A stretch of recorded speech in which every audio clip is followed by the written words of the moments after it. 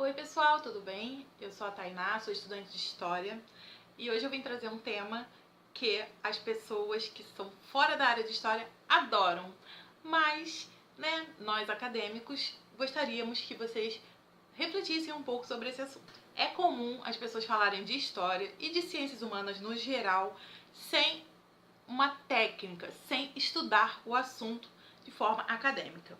Por quê? As pessoas acham que as ciências humanas é apenas a opinião delas, né?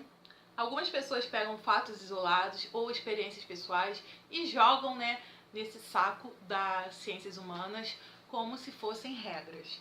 Então, esse vídeo é para falar de um assunto que eu gostaria muito que todas as pessoas considerassem, que são as técnicas historicistas.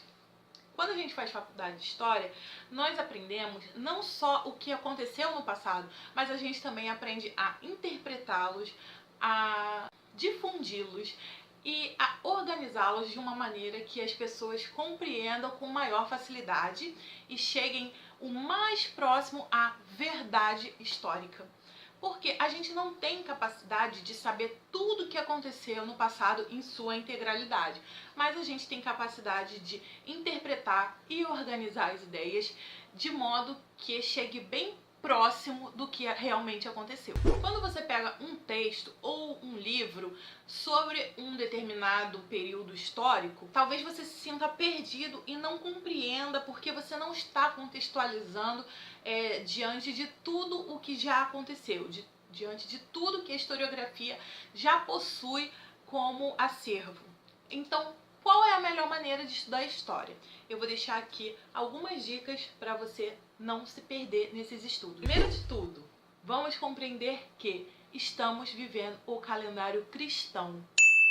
Bom, isso é tão encruado na nossa cultura que o calendário cristão, a gente nem pensa sobre isso, a gente simplesmente vive. Estamos em 2018, mas 2018 o quê? Após o nascimento de Jesus Cristo, o suposto nascimento dessa figura que faz parte da mitologia cristã.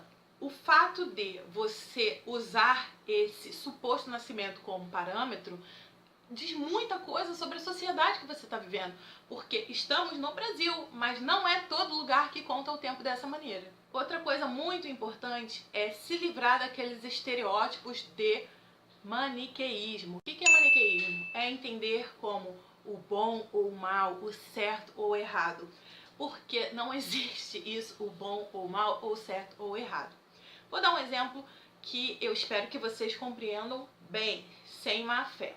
Hoje em dia nós vemos o genocídio judeu, na época do nazismo, como uma coisa assombrosa, que realmente foi uma coisa terrível, uma verdadeira lição para a humanidade e valorização dos direitos humanos.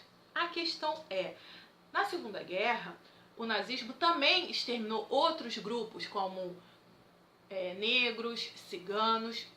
E por que essas pessoas não são tão lembradas como os judeus?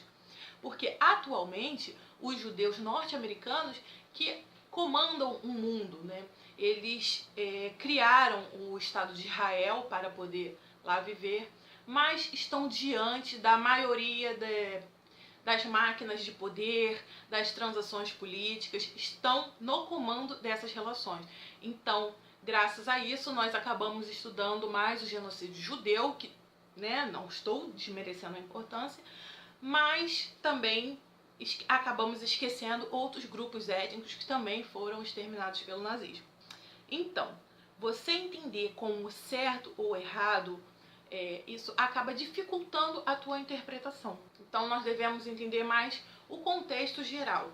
Claro que eu não estou defendendo o nazista, gente, pelo amor de Deus. Essa ideologia é uma praga na sociedade que não deveria existir. Acontece que as pessoas que viveram aquela época, elas não viam dessa maneira. Talvez elas vissem como a salvação. O que tem até acontecido no Brasil, que tem gente que vê certos políticos como o Messias, aquele que vai salvar, do nosso desespero.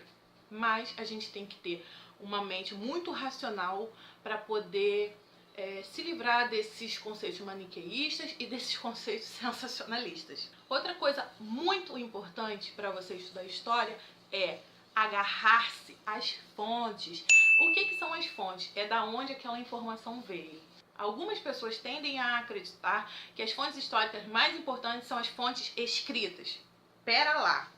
Essa fonte escrita foi escrita por uma pessoa e você tem que ver o contexto em que ela foi escrita, o contexto em que essa pessoa via e principalmente a mensagem que essa pessoa queria deixar, porque não existe neutralidade. Então você sempre vai ter que pensar, digamos, pelos dois pontos de vista possíveis e às vezes até mais. Então as fontes escritas não são 100% seguras. E até algumas pessoas me questionam por que eu fiz direito e agora eu faço história, como se fossem duas ciências totalmente separadas. Mas não são, pelo contrário. As fontes jurídicas, os processos jurídicos antigos, os documentos antigos, os acervos de prefeituras, eles são uma das fontes mais ricas para se estudar a história, porque você vai entender como que aquela determinada sociedade viveu no passado. Existem meios de estudar a história que deixam a gente muito mais afiado, muito mais desenvolvido para falar do assunto. Então, aqui embaixo no box de informações tem uma postagem lá no meu blog, eu até postei no meu Facebook também, que fala sobre isso, que dá alguns olhares que te faz compreender melhor o estudo da história, tá bom? Espero que vocês acessem, que vocês deem um like nesse vídeo para me ajudar na divulgação, tá bom? E agradeço se assistiu até o final. Um beijo, tchau, tchau!